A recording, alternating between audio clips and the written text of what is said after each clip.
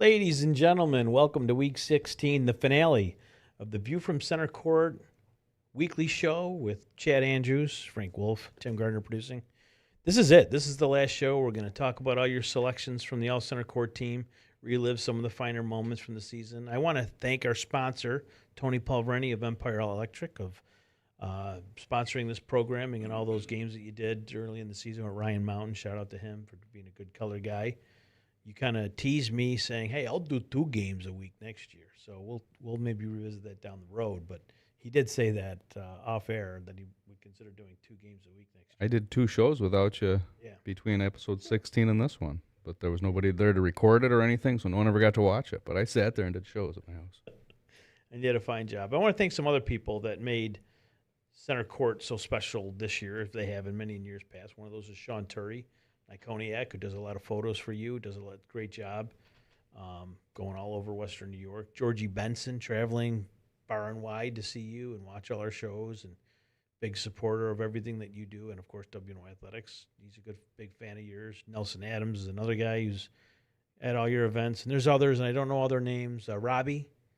Oh, West Side Bobby. West Side Bobby, yeah. West Side Bobby. He's like following you around like a lost puppy. He loves you. He loves the sports. He loves the high school sports. He'll do girls' games. He's a champion for the Yeah. Buffalo Public Schools. Bobby does a great job, And the best thing about Bobby is he just does it. He doesn't promote himself, doesn't look for anything for it. He just goes and does it and busts his butt. So Well, I thanks. have a lot of respect for West Side. Good kid. Had a good banquet. I really enjoyed having Sal Capaccio MC that for us. We had all the boys and the girls, but that went off very well. It was the freaking Riverworks was so excited. That place was mobbed. Did a very good job at the bar that night with all the after party and so on and so forth. But great event, and I'm glad you were there and we were able to do that together. All 15 shows that led up to that event went off pretty much without a hitch. Timmy did a good job producing. He's doing a fine job producing right now. Tim's been great all year. I'm going to take a step back real quick and give you some time to give a shout out to whoever or just get some things off your chest. I haven't seen you in a while. You look the same. You haven't aged a bit. Thank you. You know what? I'm surprised it's been a tumultuous couple of weeks for me. We got the new hoodies are here. You do look like you put on a couple pounds. Did I? I probably did. Yeah, I believe I did. We're going to go for a walk around I've been the block a couple times. been stuck in front of my computer working on All Center Court. Good pounds. Just shout out to all of the coaches and players that gave us another great season. To all the fans that endured all of the changes this year with the playoffs and still found their way to games to support these kids. And shout out to all the other media outlets that did the same thing I'm doing and did a nice job bringing attention to all these kids this year. There's a lot of people like myself that have their hand in this now, and they're all moving the needle for the kids, and it's all a good thing. This year's All Center Court team was I got to work on it after I got back from the state championships, which is my favorite weekend of the year, and I sat through 18 games that weekend. There's 18 games to watch, and I watched every single minute of every single one of those games. I love it. It is my favorite week of the year. It's commitment. It's when you don't have teams in it. Like we sent 2 teams to states, but there was 6 tournaments. There's 6 classes, so you're watching 6 different tournaments in a stretch. So you can just watch two games and then know that the winners of those games are playing the next day. And for someone like me who always has a screen in front of him and he's always doing some kind of work and statting something while he's doing it, to just sit there with nothing in front of me and watch the game unfold. I was seeing it different. You're seeing teams getting in and out of defenses. You catch so much more strategy. You watch teams pick up the press quicker because you never take your eyes off that court. So it was great. Love that. But so I did the All Center Court team when I got back from states, got to work on it, and had made so much progress on it. Got it to the point that all I had left to do was the Six Man of the Year. No, I finished the Six Man of the Year article. I just had to type out the Coach of the Year article and do my formatting, all the bold, the italics, add the pictures in, but all of the print was done. And I was having trouble getting into the screen again. And so I exited out of the screen and tried it again. Now I'm saving every step of the way. And all of a sudden, gone. The whole thing was gone. Everything that I had done was gone. And you called support. You went through a couple different things. And it was, my daughter said, I really thought you were about to cry. You looked so distraught. I thought I might actually watch you cry, which I didn't. But after about 10 minutes of just despair, I accepted it, and I got back to work on it, and I started the whole thing over, and I did it again. So I probably lost a week there, and then had intended on having it up before Coach's Corner had all of his ceremony. I was going to have it up. I saw on Easter morning, I wake up and see that the Buffalo News already had theirs up. And at first, when I saw Dane Brown Player of the Year, I thought, did someone leak my? Oh no, that's the Buffalo News.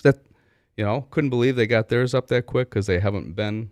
So anyway, then I go to put all my pictures in, and my screen kept whiting out on me, and it wouldn't. There was some technical glitch. I had to call support.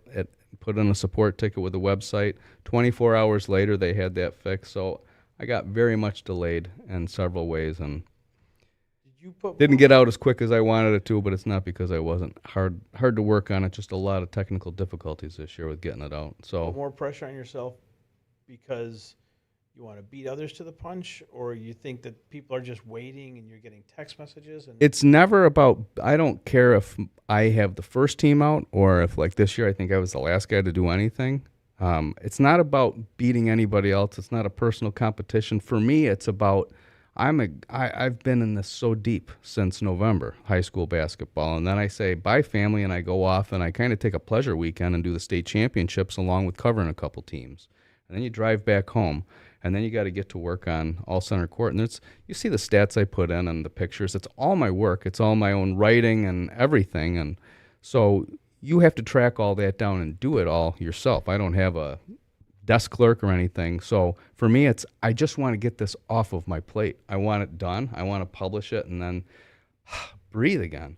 I want to call my boss at the restaurant and say, let's go. Let's get a restaurant open. We got a month to do that, which, now it's a couple weeks. But so I need to move on from that chapter. So it's more that than needing to beat anybody to the punch or anything else. It's just, let's get this out. Let's get this done. You don't feel like you're letting people down by not having it on April 1st? No. Okay. No. Good. Hopefully they still care about it by the time it comes out. I don't think I'm letting anybody down. So let's start off with the MVP. As you mentioned, from Grand Island, Dane Brown, an exceptional season. What led to that decision for you? Was it an easy one? So this year I thought that there was Player of the Year race was interesting. Like when I was talking at the end of February, when Moy and Paul Free are about to play a game, and there's a lot of talk about this could be the Player of the Year game, and I was really trying to downplay that. I believed it. I knew that the playoffs were going to change a lot of things, and you can't talk Player of the Year before the regular season starts. I will say that I'm not sure Dane Brown was really sitting there in my forefront of a Player of the Year candidate. Discussion during the regular, sure, but it just seemed like it was so wide open that let everything play out. I thought for me, when the whole season played out, it had become pretty clear that if you're looking for a Player of the Year candidate, there's not a more qualified answer to that than Dane Brown. He was the Player of the Year. His statistics backed it up. His winning backed it up. He was a league champion. He was a Section 6 champion. You drop 39 points in a regional final, and in any other year except this one where they drop a sub-regional on us, he's off to the state Final Four. If a kid hangs 39 piece on you and takes his team to the states, that's a pretty good way to exit Buffalo. Unfortunately, he was dealt a second regional game here. I thought he was really good in his whole playoff run. So to me, Dane Brown, he was the guy. Now I'll say this. I think there was, Charlie Croft was the best basketball player in Western New York I watched this year. Out of every player I watched in different performances, I watched Charlie just play at a different level of, but he didn't, if I'm telling you who had the best season was Dame Brown, because the winning, the postseason, the whole accomplishment, the being the league champ, all of that plays into it. And I believe it should. So to me, it was that. Okay. You can look at the whole first team, and obviously the guys on first team were all the guys next in that hard running for me, I thought. And so if we're getting into that first team now, you have Don Gonzalez from Jamestown. I thought Don Gonzalez had the most consistent season of anybody in Western New York this year. You look at his numbers. He's not having 9-point games, and he's not having 32-point games. He's between 18 and 23 almost every night, as consistent as you can play and as consistent at both ends of the floor as you could be. Tremendous against Niagara Falls in that semifinal, and he controlled that game and tempo from start to finish against Health Sciences, even as Health was coming back in a fury. Gonzalez was just too much, and here's your first teamer. I mentioned Charlie Croft and what I thought he did this year. Trey Palfrey was awesome all season. He was certainly somebody who was in a Player of the Year discussion for me. That stock went up even more when he had the great showing against Health Sciences. Was good in the beginning of the playoffs. At the end of the day, you go out in the semifinals. I think in 20 years, or 19 years, excuse me, I've had one time where someone was a Player of the Year and their season ended at the semifinals, and that was Dominic Welch, who was the all-time leading scorer when he graduated, and his final game was a 47-point performance in a semifinal at Buff State, and then he went on to his Division I fame, and there was nobody better in Western New York in 2017 than him, and he deserved that. But Mira Moy, first teamer, had the Western New York season high 57 points, Yale Cup champion, great two-way player as well. Who am I missing on first team?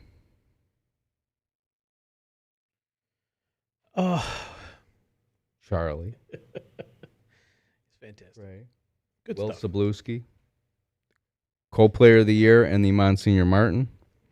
Look at what Will did this year. I mean, it's pretty outlined in his bio, but he led the Monsignor Martin in assists. He led the Monsignor Martin in rebounds. He led the Monsignor Martin in blocks.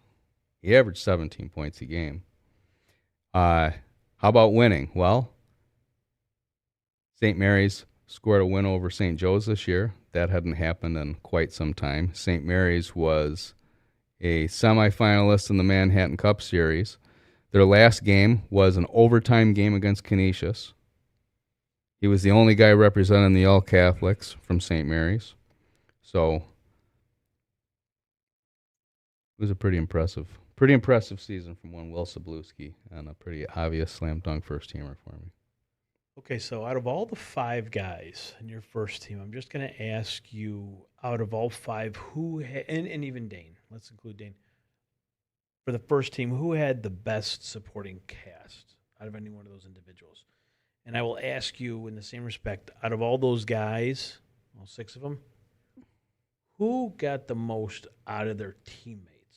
Meaning, who out of them, say, would you, in your estimation, brought a kid that might have only been average to play at a different level? Was there a guy of those 6 that helped bring a teammate to another level? Like 2 people would come to mind with the best supporting cast, and those 2 would be Nichols and Trey Palfrey, or Dane Brown and Grand Island. Dane Brown and Grand Island on a smaller level. They were a Class A team. So the supporting cast they had around Class A, Dane had a great team around him, and he was the superstar of a great team. I think Grand Island would be a very good team without Dane Brown. I think they were elite with Dane Brown in Class A. And then Trey Palfrey at Nichols, that was a nice Nichols team this year. And Trey was the best among a nice Nichols team this year. So that would be my answer for those. The guy who got the most out of his team around him, It's a tough one. But I I thought that Charlie had such a good season at Lockport and had Lockport competitive in a way I didn't think they would be this year. They were a better team than I thought they would be. They had some wins in the NFL over very good NFL teams. They beat North Tonawanda, who was your Double-A champ. They split with them in the regular season. Trey at point guard got a lot out of his guys. I think they all did. It would be tough to say that Dom Gonzalez didn't, because when you look at Jamestown, it was they've got Farmer and Gonzalez. Gavin Johnson had a nice season, but they just all played so well together, and I think the consistency of Dom and the teammate that he was for those guys. Anyhow, how about Will Sabluski? If Will led the Monsignor Martin in assists, then what's he doing? He's sharing the ball and getting everybody involved. He's playing unselfish basketball and making sure everybody else, he's not worrying it, because Will could have been a 20-point-a-game guy if he wanted to, but Will just made the right play. Going on to second team. Are we going to go through 2 through 5? What do we got? Let her rip. All right. How's the 2 team? Look at that 2 team. You got Harlem in there. That's a really good second team. It's a good-looking second Damn team. good second team. So we covered 6 guys between Player of the Year and first team, and there's your second team. And to me, the first 3 players you see on that second team, they were all any one of them could have been a first teamer, and I've seen them as first teamers on the other publications I already mentioned. I got no issue with it. If you have Takari McCray on your first team, I support it. If you got Harlan Brandon on your first team, I support it. Hard to argue with Justice Kleitz, a leading scorer in Western New York. If that's what you feel. You saw what my first team looked like, but Takari McCray, how about the way he finished the season? I don't think anybody had a finer postseason moment than his against Tapestry in the crossover game. He put that team on his back. Demi Tapestry just couldn't overcome a performance by Takari. So that was amazing. Harlem, Mr. Ken West Blue Devil, he's the all-time leading scorer there, all-time leader in steals. Ended Charlie's season in that quarterfinal to get his team to Buff State before their season ended to... Now, didn't Lockport beat Ken West twice during the regular season? I thought they split. Maybe they split, but I could have sworn they... The NFL was a tough league, man. Everybody took turns on each other and just beat each other up. It's North Tonawanda, I think, had a win over everybody, but split. They lost in Blueport. They lost to Lockport. I think they lost to Ken West once. You got the big guy from Akron in there, and big guy from Akron was a beast on the boards all season. I thought for Brooks, Brooks was such a good player all year, and I think his playoffs and getting Akron to that championship game and everything that Tapestry had to do to get past Akron, and one of the best games I watched all season, Tapestry and Akron in that B2 final, he was a load. Had a career-high 32 in the game before against Randolph, took a feisty Randolph team and just he was the difference, and so he had a great regular season, and then when the playoffs began, he took his game up just another level, and that's how he got there. And Elijah Farmer, what Elijah and Dom did to win Class AAA this year for a 3rd straight season. How about those guys? Elijah Farmer, Dom Gonzalez, and head coach Billy Miley, all they've done together in 3 years is win, win, and win. Wildly impressive. Yeah, great seasons. All right, moving on. Team 3, you're up. Team 3. So Team 3, there I see it. So if I go to the 4th player on there, Aiden Newman from Wilson. Aiden was the player of the year in the Niagara Orleans League, and then I had Brooks, who was in the same league on second team. So there's a case of where I don't hold true to the... And I agreed with Aiden Newman being player of the year in the league. I thought he deserved player of the year. His postseason wasn't as strong as Brooks, and that's how Brooks kind of supplanted him ahead in the postseason team representation. St. Joe's guards, Gary Alexander and J.J. Shanklin, They were special this year. I thought that they needed to be represented highly on the all Centercourt team, and they both share a spot in third. It's tough to put one on a team and one on a different team because they were so equally vital to St. Joe's success this year.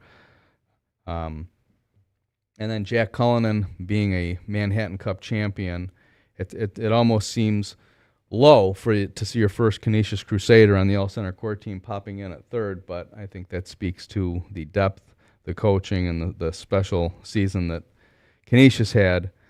But I like seeing the two Joe's guards and Jack Cullinan sitting right there next to each other on the team. Of course, Jack Giancola. For him to lead the Jacks to that Class AA title, knock off a strong Orchard Park team, and he was really the guy all year for them. He was a first-team NFL selection, stepped up his game in the playoffs, delivered consistent performances, was good against Penfield in that game that ended their season. So it's Jack Giancola on 13. Good for him. Good for him. Fourth team all Centercourt. Not me and you. Didn't make anything, but there they are. So Graydon Barnwell. Graydon Barnwell, I was a big fan of all year. I think Graydon might be a little underrated in the grand circles of the high school basketball publications. You look at his numbers, and there's bios for everybody on that. The 40 points at Dunkirk to get his team there, the passing all season, an underrated assist guy for that team, a three-point shooter. He was the senior on a team with two sophomore standouts. Graydon Barnwell, very deserving. R.J. Koopman, second in Western New York in assists this season, second only to Jonathan Neville from Grand Island. The way that they played against Iroquois to get to that title game and then win it was exceptional. It was a senior-heavy team at Fredonia, and I thought that RJ's job at point, job at the other end defensively, his ability to facilitate and score. He was doing some scoring at Buff State, and I thought RJ needed to be represented. Kavion Tell right there with him, who was player of the year in the league, the same league that they played in. Kavion had the regular season edge over RJ. RJ in the playoffs claims a title. So at the end of the day, both of them sit right next to each other. Nassan Young, fourth team for a second straight year from Health Sciences. His statistics were even a little better this year than they were last year. His overall team accomplishment, they didn't get out of Buffalo this year. Last year they were knocking on the door of that state Final Four. But I said earlier in the season that I thought Nassan Young could be a Division II point guard. I thought he had that kind of talent and that kind of understanding of how to play the point position. And then Eric Davis Jr., the consummate. He's another guy who was excessively consistent all year. Doesn't have the ceiling games. I think he had a 30-point game this year, but every game out, heavy rebounding, consistent scoring, head down, no ego, just plays basketball, plays hard. Good. Yeah, and Strong. Very strong. And what Global Concepts did this year, it was an absolute banner season for them. They were a sectional champion, and they got the job done. Very deserving. Eric Fields needed to be on there. Or Eric Davis, excuse me. All right. Number 5, the 5th team. And there you have it, 1 through 5. So, let's say Cam Barge. Cam Barge had to be represented. He was the leading scorer in the Monsignor Martin. And if you ever got a chance to watch Cam Barge this season, which I did a couple times, talent-wise, you could probably put him up higher. Team accomplishment-wise, and when you take everything into account, I thought that was an appropriate placement for him. But he was just a different cat, man. That kid can just score the basketball. Andrew Lindstrom had a great senior season for St. Francis. St. Francis was a top 10 team for me this year. They had a victory over Nichols. They swept Timon. Victory over St. Mary's. They were very strong in the playoffs before Mary's pulled ahead in the final quarter. 1,000-point scorer, Andrew Lindstrom. Got to have a couple guys from Canisius on there because they're your Manhattan Cup champions, and you can, if you're getting stuck on statistics when you're looking at Canisius players, and you're stuck on the wrong thing, because no one from Canisius ever delivers these eye-popping stats. That's not what the program is about. They're about winning with good players and playing team basketball. And Elijah Jones and Christian Gill were the guys after Jack Cullinan, in my opinion, for St. Joe's, and that's why they're there. And Sean McGrath, one of the better sweet home seasons I've seen in a long time. Sean did everything for that team. He played well at the defensive end. He scored the basketball. He rebounded, shared the ball. I think if Sweet Home wins that game against NT and is playing up upstate, Sean's probably creeping up even higher. And a great kid.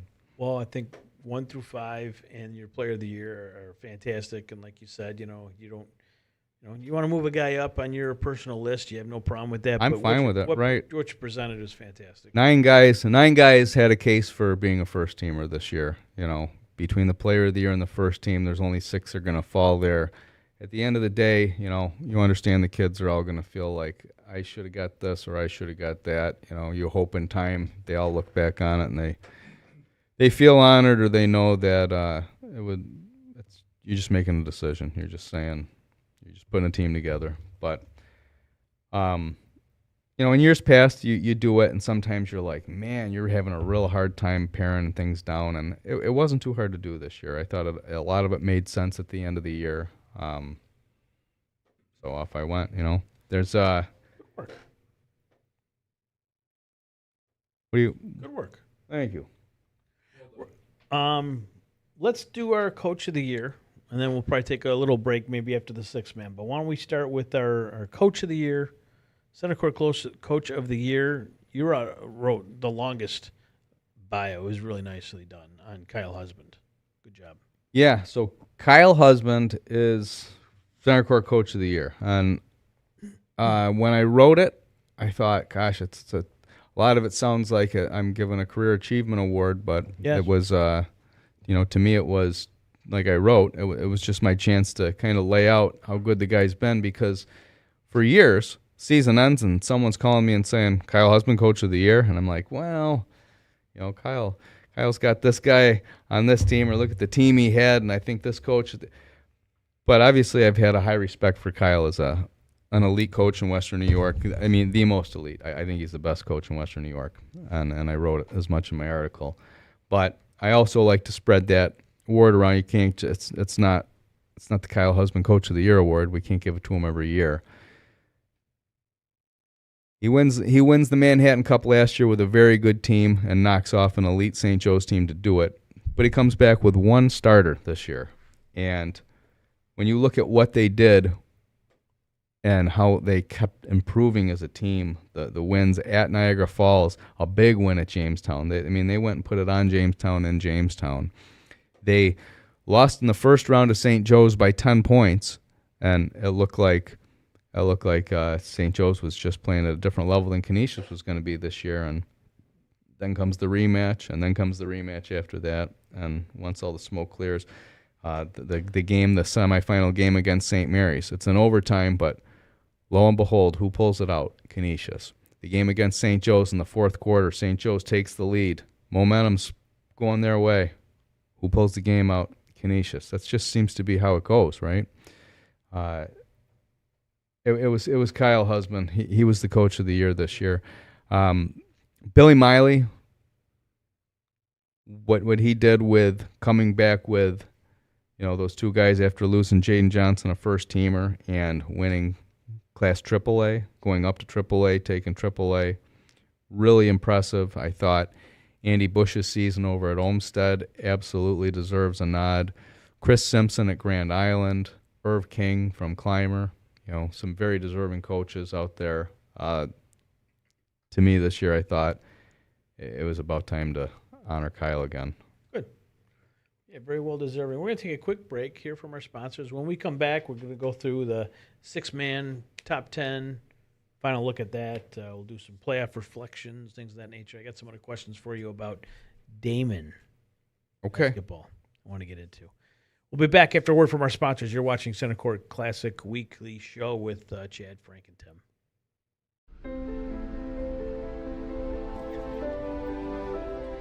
Please raise your right hand and repeat after me. I do solemnly swear. I do solemnly swear That I will support and defend. that I will support and defend The Constitution of the United States. the Constitution of the United States Against all enemies, foreign and domestic. against all enemies, foreign and domestic.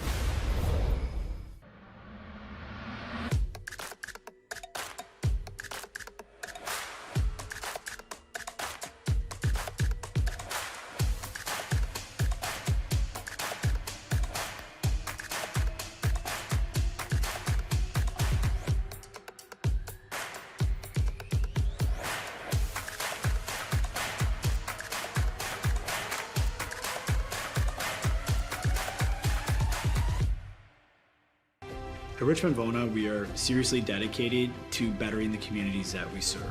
If you put your trust in us and hire us, we promise to take care of everything. Call us as soon as possible so we can start the investigation to fight to get you the settlement you deserve.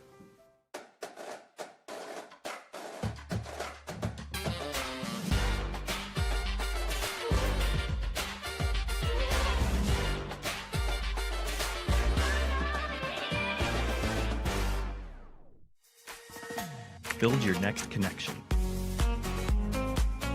Earn your next internship. Crush your next goal. What will you do next?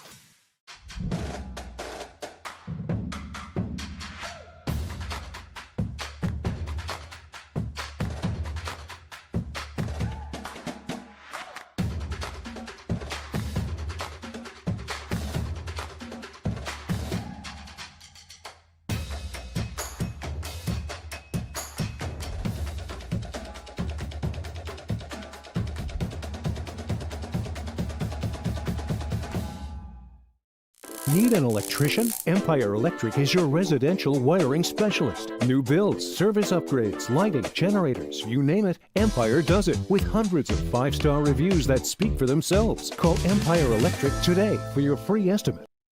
Back to the Centercourt Weekly with Chad Andrews, Frank Wolf, Tim Gardner producing, and just did a good job going through all your top 5 teams, Coach of the Year, Player of the Year. We're going to go to your 6-man award, and you gave that to the young man from Nichols. Justin Benning, who by the year cracked the starting lineup. Is that a conflict of interest? Not to me. It's my award. Justin Benning played December and January as the team's 6-man of the year. And eventually an injury to one of the starters, along with a try at a different start. So a player gets injured in the starting lineup, they insert someone else, and it still wasn't Justin. Justin was still the 6th man after that injury, but then eventually they tried Justin in its place, and all of a sudden, But what Justin did off the bench for Nichols was special. What he did in a starting role was even better.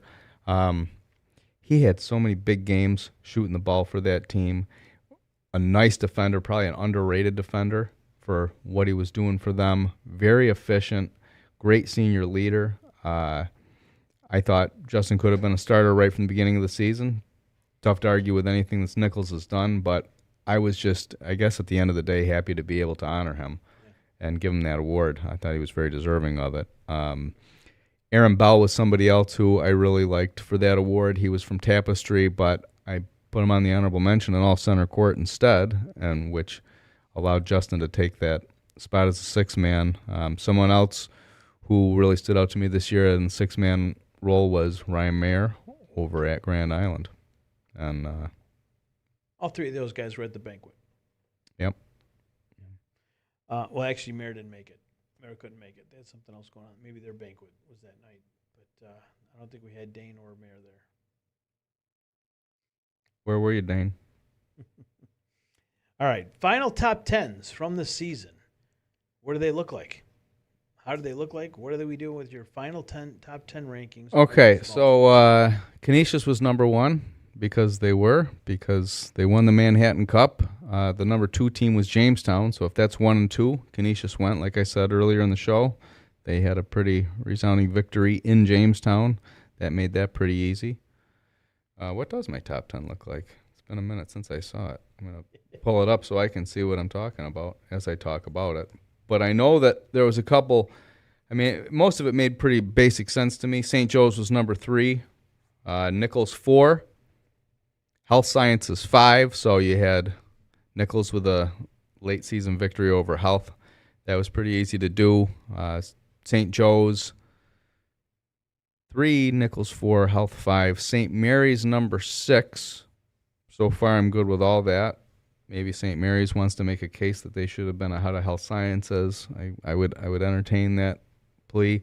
So the one that I think where you get into any debate is there's the Niagara Falls placement, the Grand Island placement, St. Francis in the top 10. I think those would be the hot button issues if anyone was going to say, and based on how the Buffalo News poll came out, how I saw Hoop Mania's rankings come out, that's where we disagree on things. I would say for me, Niagara Falls, when we look at, they got the win this year over Health Sciences. They went and won big at McKinley. They won big at Sweet Home. They won big at Tapestry. They beat Will South. Some others had Grand Island ahead of them, because Grand Island won the Class A title, and I think Niagara Falls would have won Class A too. I think Niagara Falls and Grand Island could have played this year, but they didn't. I think if they did, it would have been a great game, and maybe we wouldn't have, But so I think I honored Niagara Falls ahead of Grand Island just based on my gut telling me they were probably a stronger team. The eye test. Yeah, but I'm okay with you having Grand Island over there if that's what you think.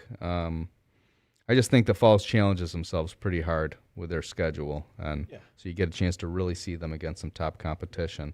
I think when I look at Grand Island's march to their Class A1 title, they beat Williamsville South and Newport to win that title. Those are wins that Niagara Falls had on the season as well. St. Francis, I think, is a top 10 team. I think when you go in, you score wins over Nichols and St. Mary's this year. That's a pretty good start to a resume to say, put me in there. You swept Timon. It was a good St. Francis team that I watched this year, and I thought that they were deserving of that top 10 spot, edging out OP, who would have finished at 11, who would have finished higher, but they lost in the AA championship, and that's how North Tonawanda cracks the top 10 at the end of the year at number 9. Cool story about North Tonawanda. They won the section in 17, they won it in 20, they won it in 26. All 3 of those years, not a top 10 team entering the postseason. They're a top 10 team when the smoke clears. They like to make things interesting. They do. Or maybe we just sleep on the Jacks too much.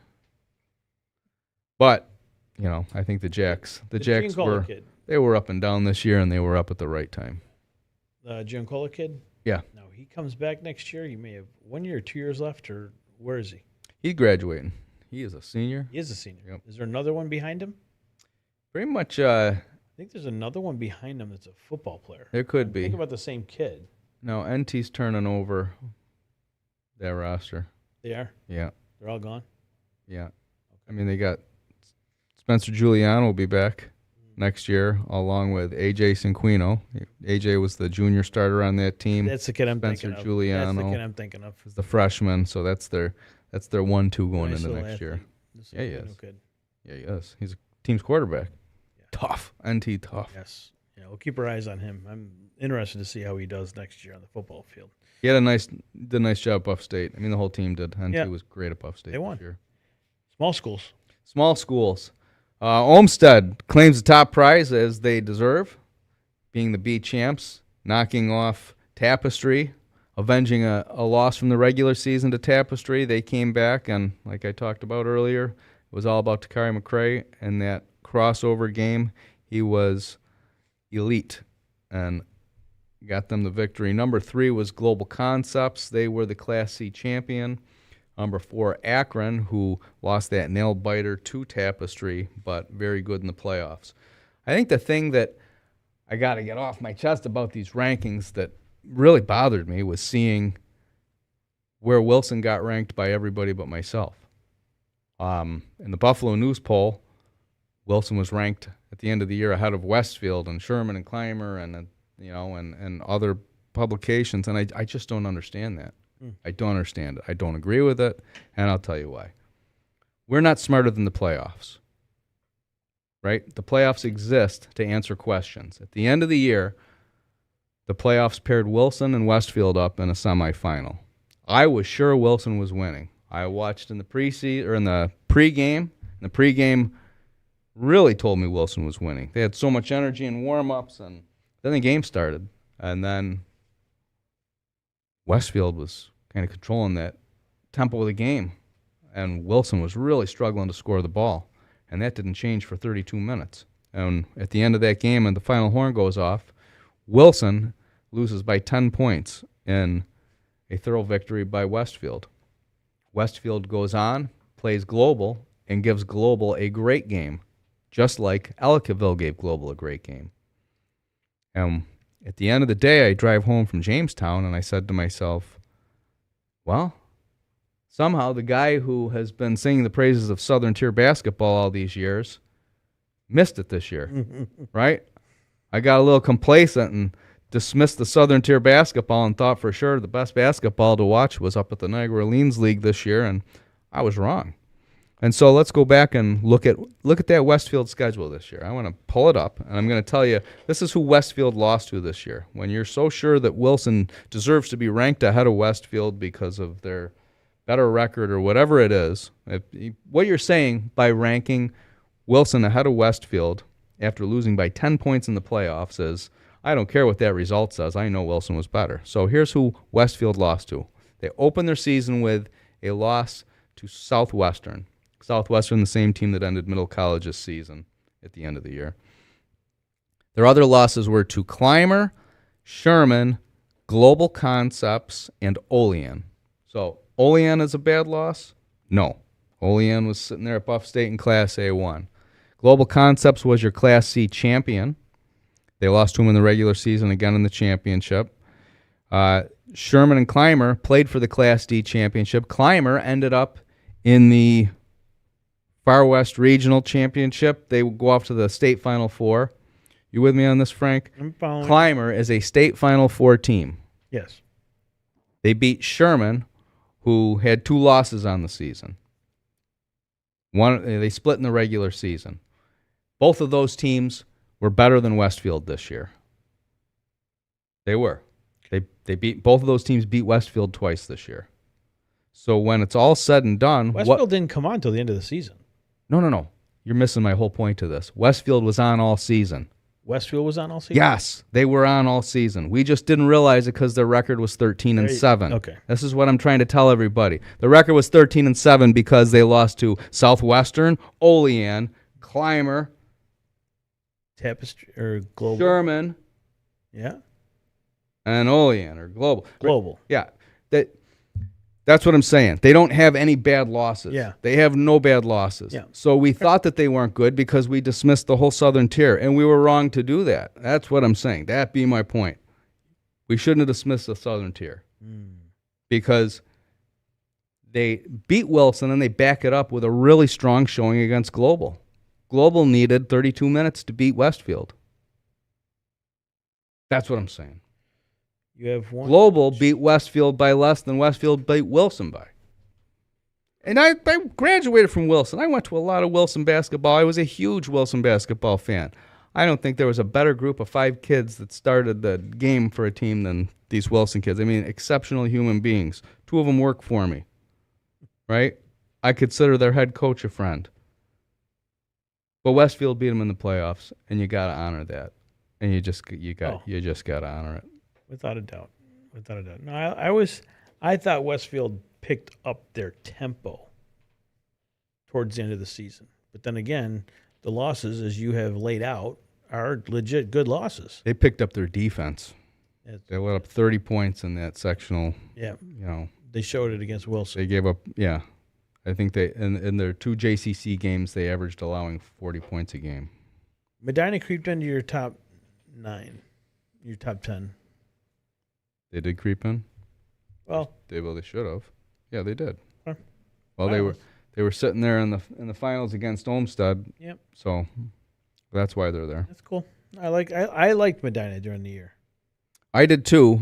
They got they were They beat Newfane. one of the undefeated teams for a while, and then beat- they went Did went they through a knock little off bit of Akron a at one time. no. They didn't beat Akron during the regular year. Akron beat them. Yes, Okay, they did beat Newfane though. they did beat Newfane. Yep. Not in the top 10, but still, Newfane was a problem. Newfane is the team that beat Akron this year. Newfane's the team that beat Akron. Newfane beat Akron in the first round. Akron avenged the loss. Yeah. Wilson beat Akron in the first round, and then at the end of the year, they had a rematch. In the rematch, Akron kind of owned that rematch a little bit. Brooks was really good in that game. I will say the this: point of as attack. much as I liked Wilson this year, and I liked them a lot, you know that. I don't know if they were ever the same after the Newport loss. Just because they lost a game, almost like we found a chink in our armor. We I lost don't a know. game. I watching them play after that game, something to me something wasn't right. It's a good thing that game was played at the Classic, then, because that was a game that would have taken place in December. It was, and then when I added those teams to the Classic, it was like I found those 2 teams that I wanted in the Classic, and they were already playing each other. I said, if we can put that game at the Classic, and now we're talking, and they took it, and so it allowed Wilson to stay undefeated for 15 weeks or 15 games. They come in 15-0 to that Classic. But yeah, that was their first loss of the season, and I mean, I guess to that end, you're right, because Maybe something they might have taken something out of them. Something.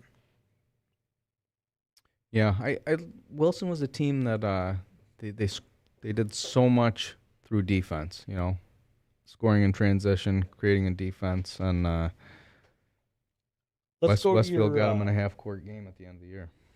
Let's go to your playoff reflections. Maybe we Okay, could start SUNY Fredonia. so I SUNY thought Fredonia sub-regionals. it was a nice atmosphere when Akron played Tapestry, and it was a really tight game, and there were some people in the stands, but it wasn't the right place for that game. That game needs to be up upstate, SUNY Fredonia did a fine job hosting it, but we got to get that stuff back. It's the complaint of complaints of complaints. It was too much spreading yourself around trying to get to everything. I thought that overall the playoffs were less well attended than they've been in the past because people just couldn't wrap their head around who was playing on what night, and I got lost. a couple yeah, times. I tried to keep everybody on track, but I was lost within keeping people on track. The big reflection is a sub-regional thing. What a disaster that is, I mean, imagine being Grand Island. You win your first sectional championship in 32 years. You come back and you win the regional. And Dane scores 39 and you have awesome, right? You want to come back here in a couple of days and we'll bring up a team from Binghamton to play you? And that team was really good. And so this sub-regional thing, what I think you're going to see, if this thing continues for a while, what you're going to find out, it was a bad idea for us to ever have to be part of it here with Section 5 and 6, because I think statistically what it's going to end up showing us is that the team from Section 5 or 6 is going to historically be better than what Section 4 has. I know that we lost the game this year with Section 4 with Grand Island losing to Maine on well, but I just think Buffalo and Rochester, the chunk of real estate that they take up in the state, all of the major cities between Rochester and Olean and Jamestown and Lockport and Niagara Falls and Buffalo, it's a lot of major cities in one end of the state to say, oh, you guys, everything's got to be fair. We've all got to go through a sub-regional process. I mean, come on, make it make sense. Make it make sense. The best team from here to Syracuse can't be a state Final Four team. They can, they should. Yeah, Yeah, I agree with you. You took a shot at Bishop Kearney. I did. So the shot I took at Bishop Kearney was just in a tweet. I can't even remember what my wording was, but it's this. It wasn't offensive. It was. They were in 2013. They were Class A state champions. They were, them and Aquinas. They were the two most elite programs in all of Rochester then. And once you're one of the most elite programs, how do you get to just go down? How do you get to say, well, we're going to be in Class B this year? This year our girls are going to be this, but our boys are going to be that. It can't be like that. So my shot is, you're jumping around. You're saying, well, we'll play in Class B because we can be competitive in Class B. Well, you're beyond competitive. You won the whole section. You should be playing higher. You're a private school. And a merged private school. But I think, and I made this point about if we were to ever bring our private schools into the section, if that ever happened, where I'd make them, they would all be AAAs. They've all shown the ability to win at the highest level before. They've all done it. Yeah. Park's done it. Nichols has done it. O'Hara's done it. Bishop Kearney did it. Orchard Park would love to say, hey, we were a AA finalist this year, but last year we're losing all 5 starters, so maybe we'll be Class A next year because we'll definitely be competitive in Class A. We should be competitive in AA, but we would be, so we'll drop down. Wouldn't public schools love to just jump around and do that in all sports? Say, well, we are one hell of a volleyball program here, but we're not so good in football. So in football we're going to play C, but our girls in volleyball, they're AA material. It's not how it works, but that's how the private schools try and do it. So that was just the shot. But at the end of the day, it's whatever. That makes sense. It's a shot on an opinion. It's nothing against anybody at Bishop Kearney. Good kids, good people. You wanted to end the show. It's a concept two shot. things quick. You wanted one of the last things you wanted to talk about was the celebrations after winning championships, I believe, and how media's handled and all that other stuff. Do you have time for that? Do you want to dive in? So it's just this. I go to games all year. I see a few. It's the smaller media outlets, right? The guys like myself, we're out there at all the games all year and we're doing it. But then when you get to Buff State, that's when everybody starts tuning out. All of a sudden, Channel 4 is in the building, and the Buffalo News is there, and everyone's there. Everyone's there at the end of the year. And what happens is a team wins a championship. You've been working together. You get that moment. And then as soon as they can, before you've even made your way to the locker room, before you've been able to celebrate as a team or anything, everyone's got a microphone in your face. And what do they want it for? For them. Because I've been there all season, right? I'm not over there holding up a coach from getting back to the locker room and throwing a hug on his players or letting them douse him in water or whatever they want to do to celebrate as a team. And I watch this happen year after year, or like a team's off to the locker room, but the coach is still trying to get through his last interviews and, I can take a minute and talk with you. And I think, what are we doing? We got to almost organize it better and say, should be a media center. There's a media center that the teams will come back to. Yes. Like they get 5 minutes to run back and just be with them. Enjoy the moment. Take your moment, guys. You won a championship. So that's all I wanted to say is I want to implore the coaches to think about that, to say we don't have to grant anybody anything. We can have our moment and then come back out and grant access to people. That at your Centercourt Classic, Will South Health Sciences. Remember we had that classroom set up at Will South? That's what it should be. Right, but it's a place to come to together, but we first get our moment, You see it too much. You see it in the NFL all the time. The game ends and people are, and then it's immediately like, oh, there's Michelle Tafoya with a mic in, someone's face, and guys are running by trying to congratulate the guy who's stuck in an interview. Like, it's for the media's benefit. It's not, the media ends up putting your interview on there or whatever, but I think it's not that media shouldn't be doing interviews or that they're doing it too invasively. It's not. My whole point of this is just to say, coaches and players, take the moment together with each other before you grant anybody anything that is for them. A lot of these do it kids for you. Aren't really coached on how to talk to media until it's too late, and they may say something that they may regret later, and that's what you want to try to protect the kid from. Yeah. Last thing. My hope would be that no media would ever run anything that a kid said that they shouldn't say, too. I mean. Of a guy at the guy up there at the Gazette, he'll run anything to make a kid look bad. In a program. Yeah. He would love to ruin a program. He wakes up every day trying to ruin somebody. Anyways, Right. Yeah, right. To me, it's the opposite. It's yes. people. I want to ask you about Protect the Damon with Mike McDonald getting the job at St. Bonaventure. There's a lot of kids, a number of kids, that are committed to Damon or taking a big look at Damon. Now that he's gone, and good for him that he took the St. Bonaventure job. Do you think he talks to one of those kids that he may have offered at Damon and said, "Hey, I'm here now. Maybe I bring you right to St. Bonaventure with me." There could become kids. Maybe a better chance of him grabbing a couple of his guys that have eligibility left. Yeah. You know, I mean, he already got Ben Bell. Yeah. Ben Bell's coming over. That's a nice pickup.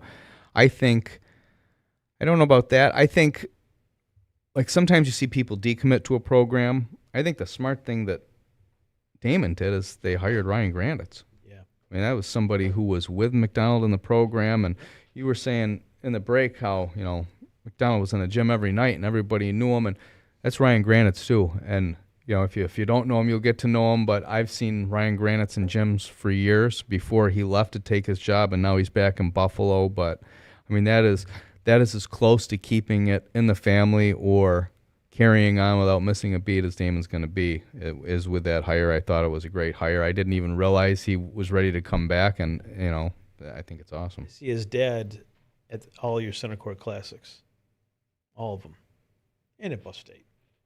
Right. Mr. Granitz. Yes. Yeah. Didn't know that. He's at all your Centercourt. Don't even know who he is, but I'm going to point him out to you next time. super.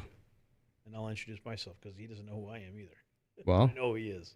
his son was a Ken West Blue Devil, and Both of his sons. yeah, and he's a hell of a basketball coach and a really good guy. Yes. And I think Ryan is going to do a good job keeping the recruiting going. Hope so, yeah. I my hope would be that Damon will continue to look like they've looked, because that's been a real good thing for Buffalo basketball. I'm sure Ryan had a hand in recruiting those kids to Damon just as much as McDonald did. He Yeah. was there for most of the process. I know he was stepped away for a year or whatever, but he has the blueprints there for him. But I enjoyed doing these 16 weeks with you. I know Tim did as well. I hope we get to do more. There's a lot to talk about. We should have a reveal show when you're ready to reveal the Centercourt Classic, the location, the venue, the teams. Maybe we should come back and do that the next show. Maybe so. Maybe we could do it on location. We'll We'll do it at 1812 Tavern in Hamburg, we could do that. I'd love to. because the coach of the year owns that place. So we'll say, hey, since you got an award, how about you give us a space to do a reveal show? Sunset Bar and Grill opens when? May 1st. Okay, that's a May Friday 1st. It is a Friday night. Because Saturday is the Kentucky Derby, so I won't be there. But maybe that Monday or that Friday I'll come in and see you. You don't cover that dome up with a hat during the Kentucky Derby, do you? Never. Okay. Leave that to the ladies. Yeah. Shine on, Frank.